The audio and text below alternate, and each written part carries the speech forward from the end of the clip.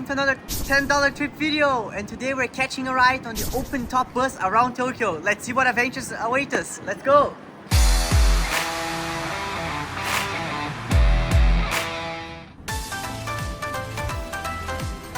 So for the people that are also riding the bus, there's an audio guide that comes here, an English audio guide that listen to everything she says translated. Just a nice little tip. Thank you very much for joining the VIP View Tour Tokyo City course today. Please enjoy this 70-minute ride around Tokyo on this open roof bus, exclusively created for this tour. It's a very pretty sky today. We're going around, look how big the view is already right here. It's a very different view from usual. Whoa! It's very funny to go across under the train railroads with a bus so close to the train. I can hear everything. You can now see two buildings in front of you. On the right is the Shin Marunouchi building, and on the left is the Marunouchi building. Tokyo Station, the main gateway to the capital city of Japan, is about 180,000 square meters wide. So, the path on the right to the Imperial Palace is supposedly, the one we see right on our right here, is supposedly very pretty in autumn because it has a lot of trees that are like become very blossom in autumn because very orange. And it's like a sight that you only see in autumn. So they say it's definitely recommended to come here and try, if you're here in autumn, to come in this railroad and watch the pretty views. In front of us, we can see the heart of Tokyo, the Imperial Palace. This was the castle of the city. It was the residence of the Tokugawa shogun family, which has a very special name, but I couldn't hear it correctly what it means, so you must try to find out. You will see the first National Art Museum of Japan, Tokyo National Museum of Modern Art, on the right-hand side. You can see a red brick building on the right-hand side. This is an annex of the main building, Tokyo National Museum of Art, and it houses a craft museum. All the trees planted in this road are cherry blossoms, so this would look stellar in spring. It's gonna look amazing in 2 weeks from now.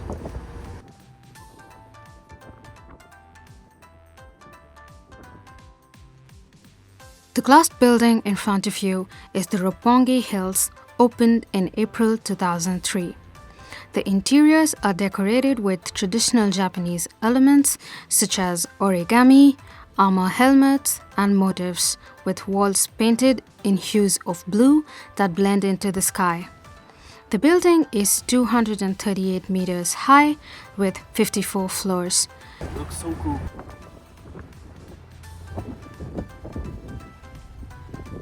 This area is Tokyo Midtown Roppongi.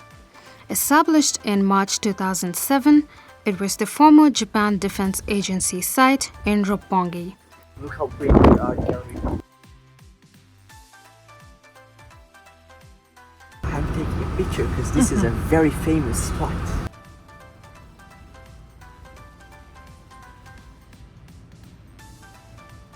This is the Roppongi Crossing. It is located in the middle of Tokyo Tower, Tokyo Midtown Roppongi, and Roppongi Hills. Whoa! It's a part of the popular night entertainment that is spread across this neighborhood. Roppongi and Azabu are said to be international districts since there are around 40 embassies gathered around here, which is the reason for the increase in the number of foreigners in this area. I love Roppongi. Look at Tokyo Tower. Wow, look how pretty.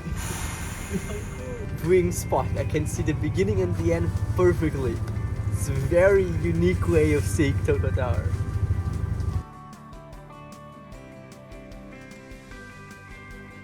This is the area where the Foreign Diplomatic Museum, Ministry of Foreign Affairs, and other embassies in Japan are gathered. On the left and right side of this area lies the Russian embassy, together with other embassies scattered around. Currently, there are 155 foreign country embassies in Japan.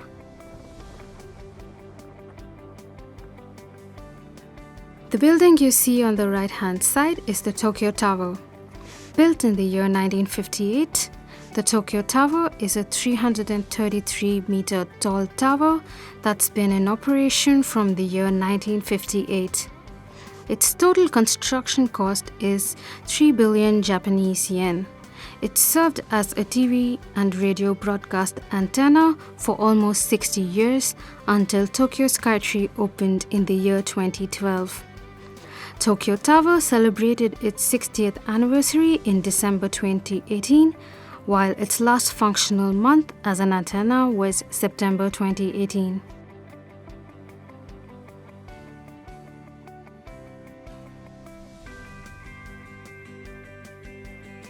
Touristic spot to look at.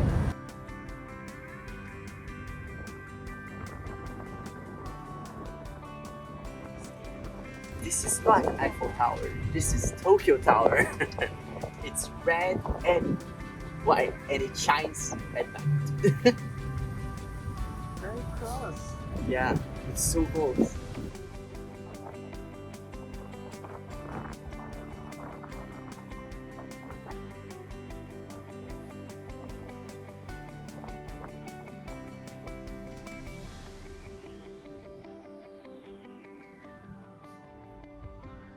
Very pretty looking trees around here as well.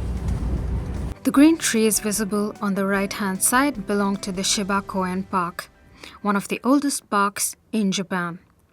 The Zojo Temple, located in the park area, has been the Tokugawa shogun's family temple for 600 years. And one of the park's corners houses the Shiba Toshogu Shrine. Here, the shogun Tokugawa Ieyasu is worshipped. Shiba Toshogu is one of the 4 major Toshogu shrines, along with Nikko Toshogu, Kunozan Toshogu, and Ueno Toshogu. Oh, we're gonna go back to Imperial Palace. We have now entered the Hibiya Road. If we keep going straight, we will see the Imperial Palace again. And in the neighborhood, there is a station called Onarimon. The station is named after the gate located on the northern side of the Zojo Temple. And the gate was named so when the general of the Tokugawa family used it during his visits. If you look to the left from the intersection ahead, you can see the Toranomon Hills. It was opened in June 2014 as Center for Art Expositions thanks to the cooperation of both private and state-owned companies.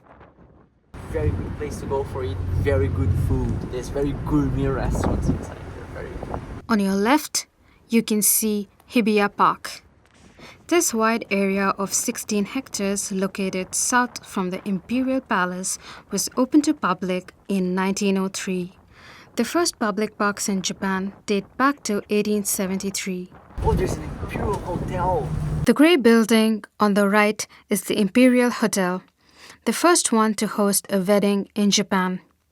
Built in 1890 by the wealth of Shibusawa Eiichi, it represents the best among Japanese hotels. Oh, it's one of the best hotels. It's probably very expensive to go here, but it looks super fancy. Tokyo Midtown Hibiya, opened in March 2018, is located next to the Nisei Theatre. There are around 60 shops in the second Tokyo Midtown, which was built after Tokyo Midtown Roppongi. Down the Shinkansen line, so we should look up to see if there's any Shinkansen passing by at the moment. We can look at them. We will now pass under a railway crossing. Built at an elevation of 4 meters, it serves several lines, including the bullet train line. Make sure to look up in case of a passing train.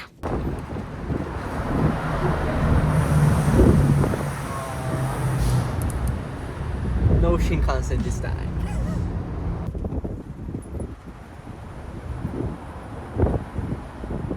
As soon as we cross the railway tracks from beneath, we will enter the area of Ginza. The building to the far right, with black glass, is the Tokyo Plaza Ginza. The exterior of this building has an Edo Kiriko motif, a traditional Japanese craft.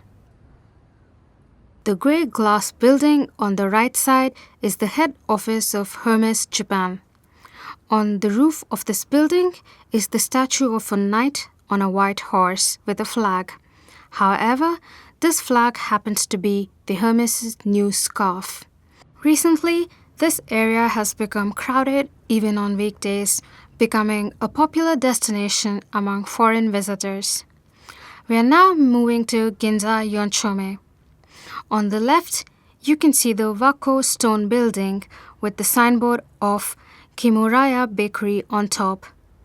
Next to Kimuraya, there is Yamano Musical Instrument Store, which is built on the most expensive portion of land in the country, where 1 square meter costs 55.5 million yen, and that's about 50,000 US dollars. We're crossing right now a place where there's a music store, which is the most expensive square meter in Tokyo, which is 1 square meter is 55.2 million yen for 1 square meter. That's crazy. On the right, you can see Tiffany. In front of it lies the first stone of Ginza. However, it might not be visible because of the cars. Now I feel glamorous. We're now getting closer to Nihonbashi, the last leg of this 70-minute ride. The capital city of Japan combines modern and traditional elements, showing both skyscrapers and historical temples. We hope that you have a good time at Tokyo in the upcoming days. When you leave the bus, please be sure to have all your belongings with you. Thank you for joining the VIP View Tour Tokyo City course. This was such a cool experience doing this whole trip around Tokyo with the bus, with the voice guide telling you the little details that you don't know about the cool buildings and explaining what everything is and what it is and what it's not, and the whole history about the city. And especially the view is so pretty because you are up where you're 5 meters up normally than you're taller than you normally are, and you can see Tokyo with such an interesting view and really feel how big the city is and how varied and how much history the whole city has. It was such a cool experience. I definitely recommend everybody that comes here to try it out because I had a lot of fun, and most importantly, I learned a lot of new stuff as well. So definitely worth it.